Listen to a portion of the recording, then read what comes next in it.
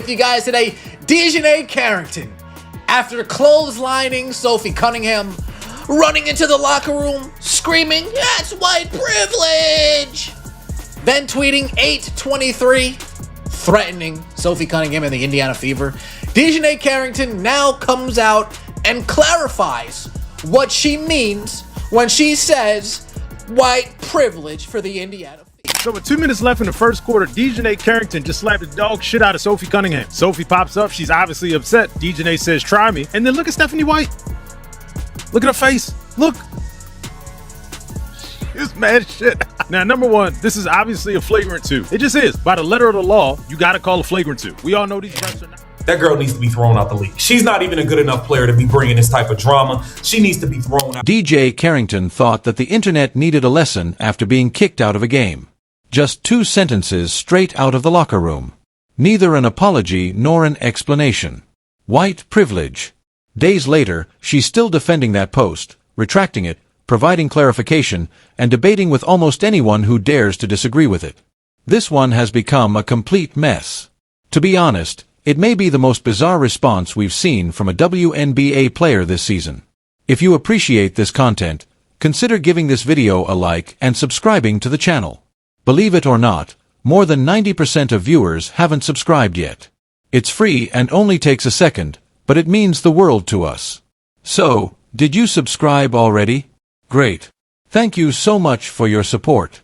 Now, back to the video. Sophie Cunningham, otherwise known as MAGA Barbie in the WNBA, is a superstar player. She's one of the most famous female athletes in the world because she stood up for women in women's sports, saying only biological women should be allowed to play in the WNBA.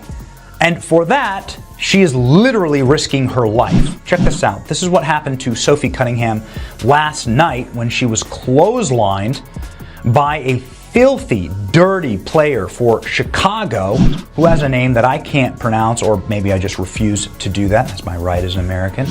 But this is a player that has attacked Caitlin Clark, gouged her eye out, that has now bloodied the face of Sophie Cunningham. And as soon as she did this, she tweeted white privilege, meaning she's declaring this is a race crime. Now, if a white woman was doing this to black women, it'd be the #1 story in the world. She'd be banned from the league forever. But somehow black women are allowed to get away with this against white women. And it's white women in the league who make themselves a target by simply standing up for traditional values and Sophie Cunningham has been one of the more vocal supporters of her feverish colleague Caitlin Clark for the whole season, going on record several times to claim that neither the league nor the officials do enough to shield Clark from the physical abuse she endures every night. She has criticized particular performances, individuals, and even stated outright that some teams have discussed trying to teach Clark what the W truly is in their own locker rooms.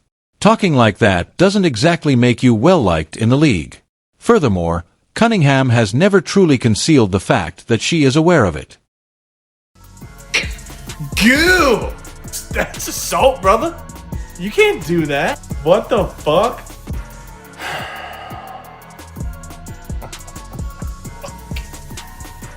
Is this just the default if you can't think?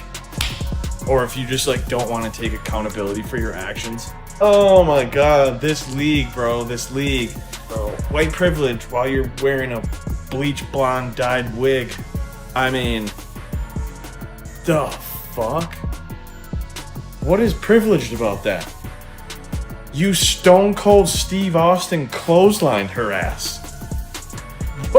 What about that is white privilege? The WNBA stays undefeated. It truly does. They can't get out of their own way. This history is important because it clarifies why so many people saw this particular foul and thought there was more going on than just a challenging basketball play. Cunningham has already established herself as one of the players who is prepared to voice her concerns about Clark's treatment on the court. And now she's the one who was struck in the face with a forearm drawing blood. The optics of the entire affair nearly dictated themselves the moment the ejection occurred. Regardless of whether Carrington meant any of that subtext, beyond concerning at this point how far from the plot we have actually gotten. And when I say the plot, I mean the basketball. How far from the game of basketball we have spiraled. When we're talking about the WNBA, you know, we used to joke, it's like, oh, 0 days without drama in the WNBA. This league is living up to it at a rate and a level of concern that we haven't ever had. With all the discussion. Craziness going on in the WNBA. DiJonai Carrington tweeted out white privilege from the locker room of a game that she was playing in. Get this, she fouled Sophie Cunningham hard. Sophie Cunningham, obviously a white person, fouled her hard. Flagrant 2, gets ejected, goes to the locker room and tweets out white privilege in the middle of the game. Now here's the kicker to me. A flagrant 2 has to be contact that can lead to an injury that looks excessive. DiJonai, it was about as excessive as possible. If there was any evidence of there being white privilege, this was not it. What the hell do y'all... Cunningham is not the only one who has observed the strain. When Clark was only ranked as the 9th best guard in a league-wide player poll earlier this year, legendary broadcaster Dick Vitale offered his opinion. He called the outcome pure jealousy and predicted that players would eventually realize how much Clark has helped them all financially.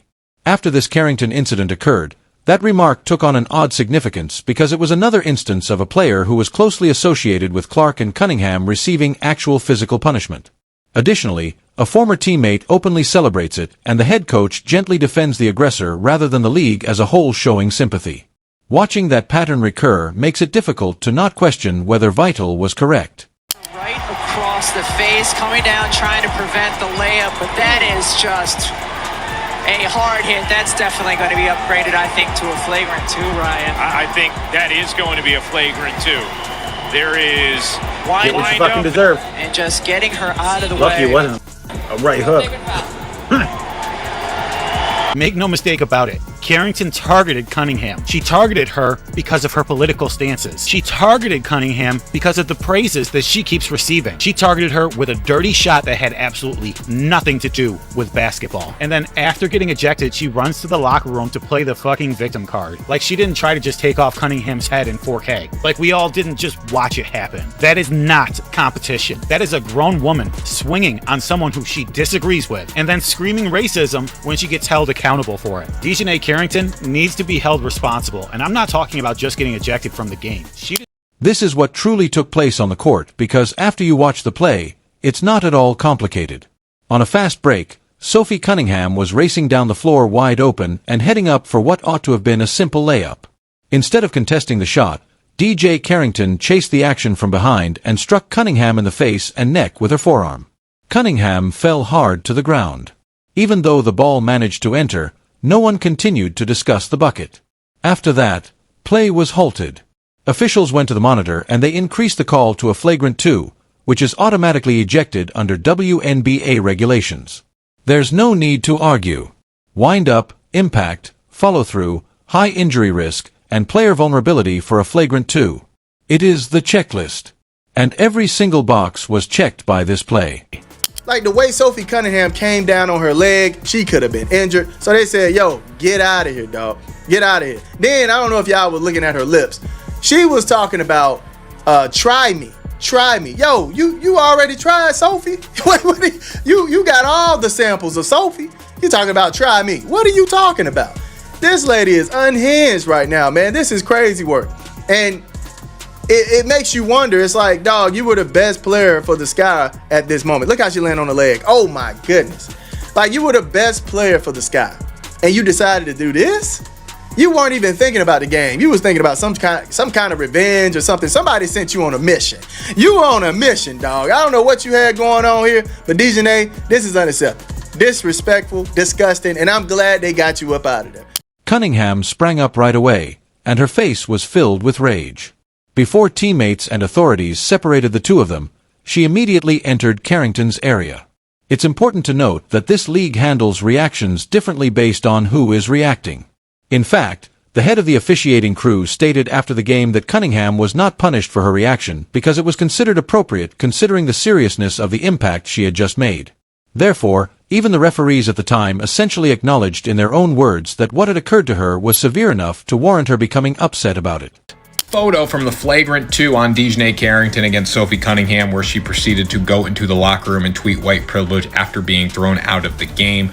I'm not going to comment on that situation, but I will say this.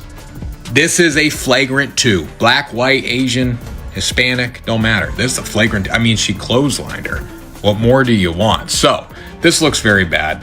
It just shows that the WNBA is nowhere near where they need to be professionally, because again, this is a clothesline. It's flagrant too. That's what makes anything Carrington said later so perplexing.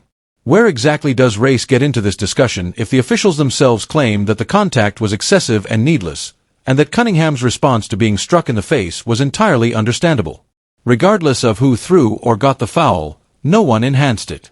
A player was struck across the head and neck while attempting a shot.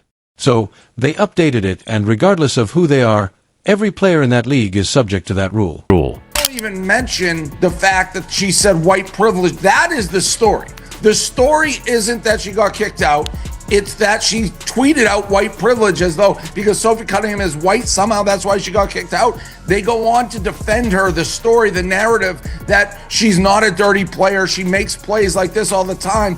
I put together a little clip of DiJonai Carrington, who is definitely one of the dirtiest players in the WNBA. I don't know if we can roll it, but she's taken her long fingernails. She's scratched Caitlin Clark's eyes out. She's had multiple instances of chasing people down from behind, trying the same SWAT and smashing them in the head and causing mini fights. She pulled another girl's hair. I don't know if we'll get to that clip in a second when she's falling. Totally dirty play. This is not a skin color thing. She has a history of making dirty plays, and it's fine. The NBA, you can be a rough and tumble league. Now, where this thing gets absolutely bananas is when you start making it into a race and culture war, and the people talking about it are not mentioning 99% of the time that she went back and tweeted white privilege, white privilege. However, Carrington immediately went to her Threads account and posted white privilege, tagging the Indiana Fever right underneath it, rather than simply taking the rejection and moving on.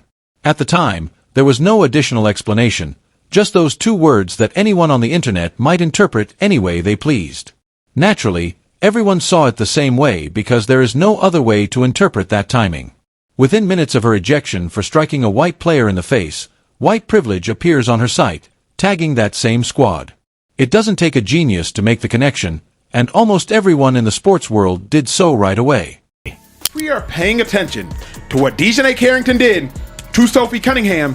It was not a race-based decision. And to call that a white privilege-based foul is to completely undermine the term of white privilege and to also completely ignore the rules in basketball. You hit her in the head, you drew blood, you didn't connect with the ball at all whatsoever. So to me, it was just very ignorant and to some degree asinine by DiJonai Carrington to suggest that that call was based on white privilege. Have we seen examples of white players make that same foul and get away with it? Yes. Have we seen examples of black players make that same foul and get away with it? Yes. There was no white privilege involved in that specific call. DiJonai, you hit her in the head and you drew blood. Emmanuel AKO took over at that point, and to be honest, he didn't hold back on his performance. He explained why this was solely related to basketball regulations and had nothing to do with race. He emphasized that Carrington struck Cunningham in the head, drew blood, and made no actual contact with the basketball, which is why the foul was called the way it was.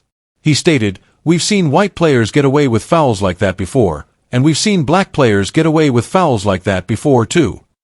This indicates that skin race was never a factor in this particular call. And AKO didn't end there. He referred to the entire situation as stupid and uneducated. Strong language, but words that perfectly captured the emotions of many commentators and viewers as they watched everything play out in real time.